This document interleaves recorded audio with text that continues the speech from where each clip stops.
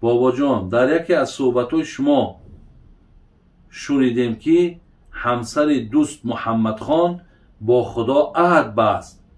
آیا ما زنها هم میتونیم که با خدا عهد بندیم؟ چرا نمیتونیم؟ زیرا اگر زن دوست محمد خان عهد بسته باشد که تا زمانی که همین فرزند در شکم من هست من هیچگاه الله را به اطاعتی نمیکنم، هیچگاه پروردگار معاصی نمیشوم و هیچگاه لقمه شبهه نمیخورم، خدایا من با تو عهد میکنم که تا زمانی همین فرزندم تولد شدن من هر روز یک پاره قرآن میخوانم، نماز تهجد من ترک نمیکنم. بهترین عهد است. الله مهربان در قرآن چی میگه؟ الم اعهد الیکم یا بنی آدم الا تعبدوا شیطان.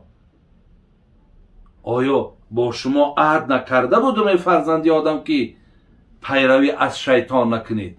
یعنی الله مهربان با ما عهد کردگی ای که پیروی از شیطان نکنید.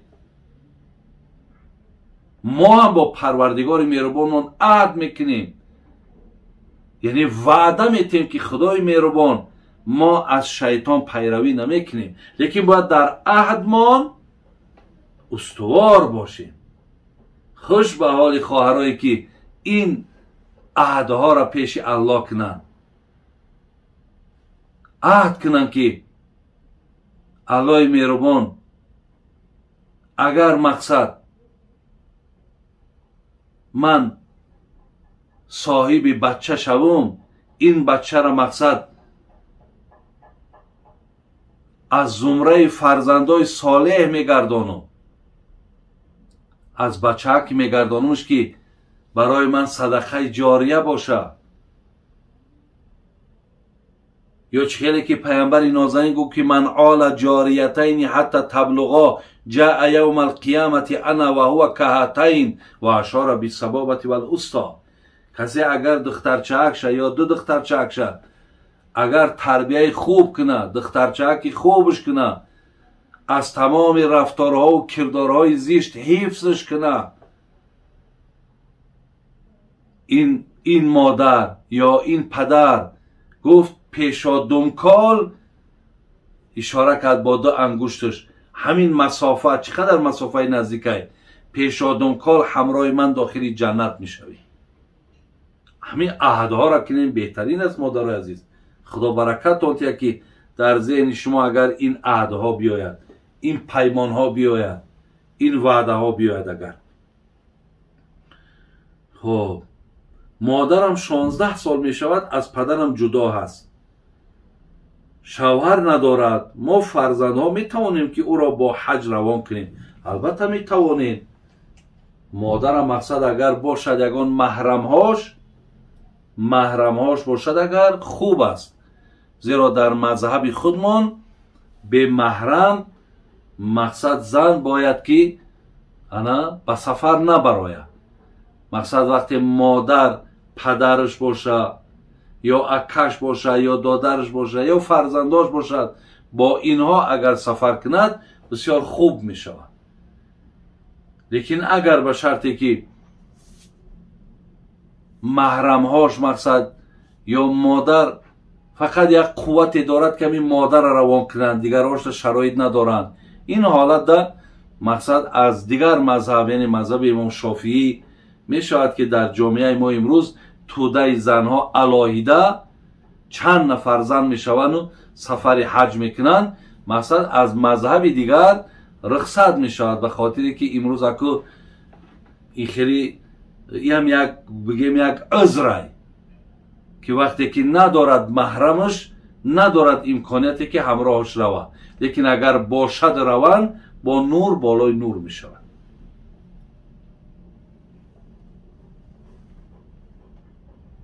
خب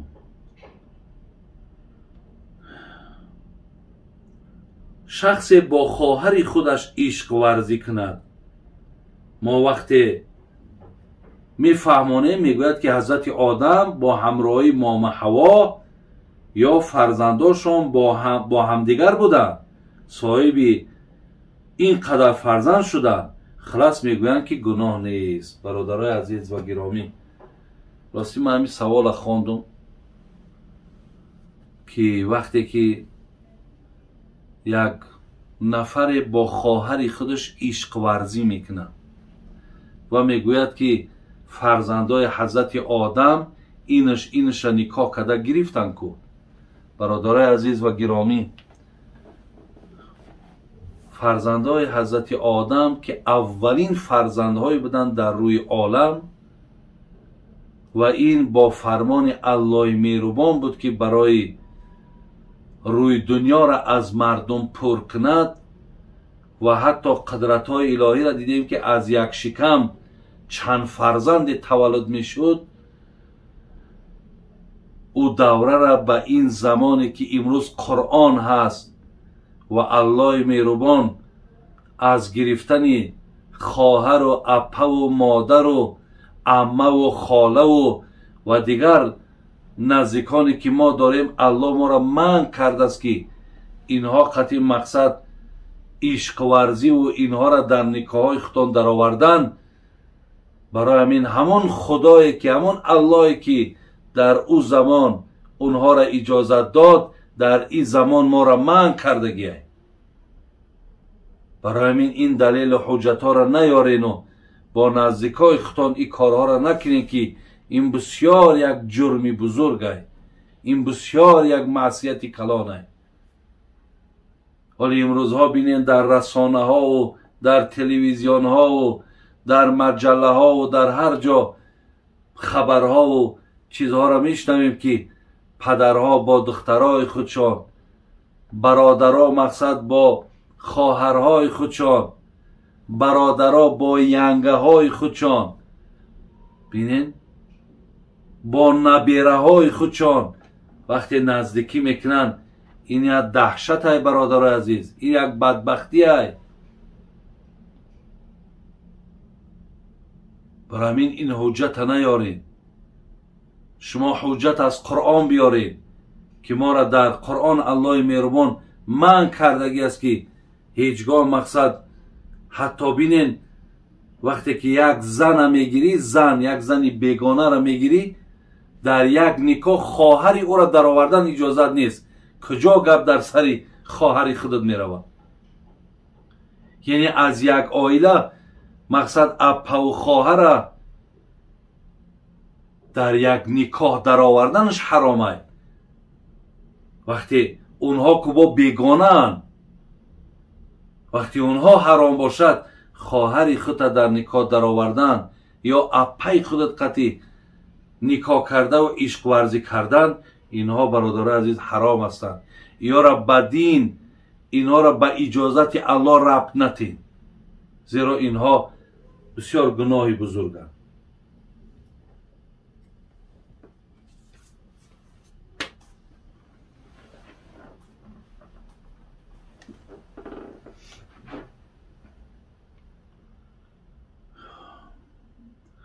کتاب قرآن را به دست گرفته قسم خوری، اگر سخنت دروغ نباشد، در این حالت گناهگار میشوی یا نه گناهگار؟ در عرف ما با قرآن قسم خوردن همچو با الله قسم خوردن است.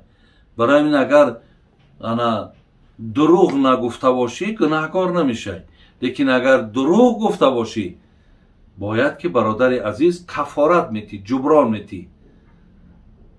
3 روز یا روزه میگیری یا 10 مسکینه طعام میتی، طعام سحر بیگه.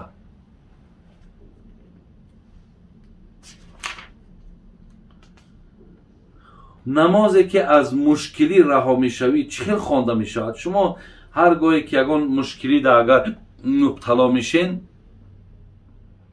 برای رها شدن 2 رکعت نماز به دلتان گذارید که به خاطر صبر، به خاطر همین مشکلات تحمل کردن، به خاطر که همین سختی بالای سرم دور رفتن، 2 رکعت نماز را که همین 2 رکعت سنت بامداد داری خوانین، هر دوش بازم سوره سلام دادین، چی مطلب و مقصودی داشتین ای پشتش دعا کنین میشود. خب میگویند که در هر یک عضو انسان ملائکه ها هستند و آنها ما را اداره میکنند. اداره نمیکنند. هر یک عضو ما در ملائکه نیست. ما دو ملائکه داریم که اونها یکی گناه یکی ثواب ما را می نویسند. به این خاطر ما را تمام عضوهای ما در اختیار الله است و الله مهربان مقصد برای چی میشینیم یا الله بگیم، میخیزیم یا الله میگیم. یعنی اداره ما برادر عزیز با دست ملائکه نه بلکه به دست الله است. نزد ما فقط دو ملائکه هست.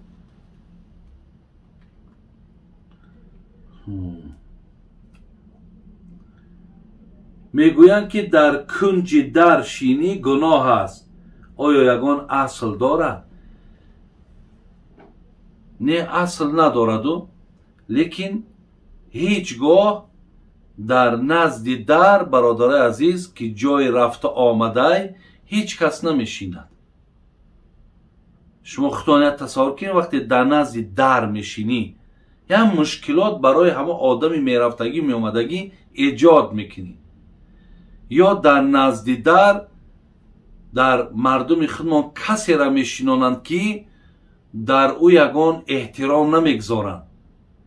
میگن از همون جاد نجو مقصد در همون بخی در بیست. یعنی این با مقصدی حرمت نکردن قدر نکردن. برای همین در نزد در برادر عزیز هیچگاه نشستن یک نفر اگر بگد که به خاطر خاکساری و به خاطر تواضع بگد که من اینجا انتخاب بکنم، این نادرست است. لیکن اگر گویم که یگان حدیث یا مگی باشد، نه اصلا اینا همین چیزها را از روی آداب ما و شما نمیبینیم. روزه های قرضی رو چخیل باید گیریم. همون چند سالی که نخوردگی هستی، مقصد اگر 10 سال خورده باشی، روزه ها را مقصد میتونین که مثال شما ضرور نیست که همه را پی در پی بگیرید. میتونین که رنگ حضرت داوود روزه حضرت یه روز بگیر یه روز بخور. یا میتونی که مثال اگر یا 3 روز 4 روز بگیری با یه روز نیم روز استراحت که با بگیر. لیکن روزه قرضی که در گردن تو واجبه، نیت شد نیتی همون روزه قرضی کنی.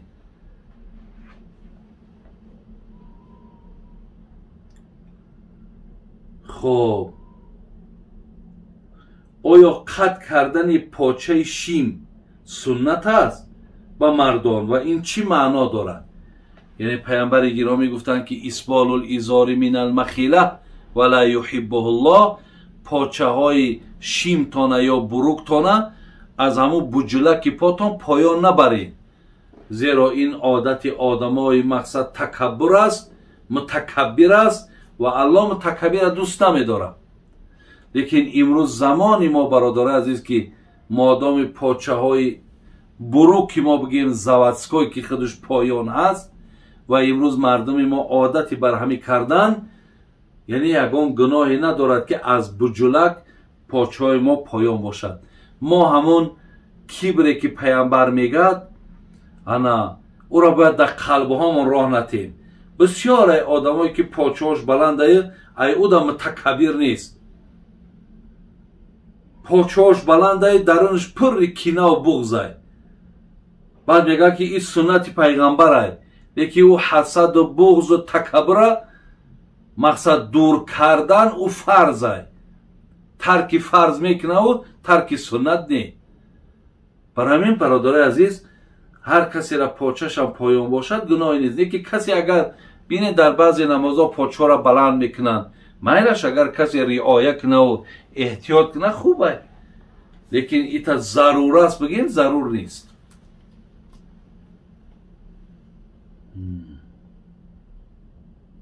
میگویند که اگر مرد وفات کند باید زنش پیش همان میت ندراید. این درست است. یعنی در آمدن او پیش او یگان گناهی ندارد. اگر چنده که مرد اگر از دنیا گذشت، البته زن خودش دیگر طلاق می شود، دیگر زنی او نیست، لیکن در نزد او تا زمان دفن کردنش نشستن یا برای این مردک که 40-50 سال زندگی کردن گریه کردن، آبی چشم کردن یگان گناهی نداره برادر عزیز. فقط معناش همیه که اونا جدا شدن تمام. و بینید که حتی مردک وقتی از دنیا میگذرد ایده موت میپاید 4 ماه و 10 روز به خاطر مردکش وای مقصد ایده نگاه میکنه اگر نیت شوهر کردن داشته باشه. از همین لحاظ یعنی پیشش در آمده و آبی چشم کردن برای مردکش گریه کردن اینها یگان گناهی ندارن.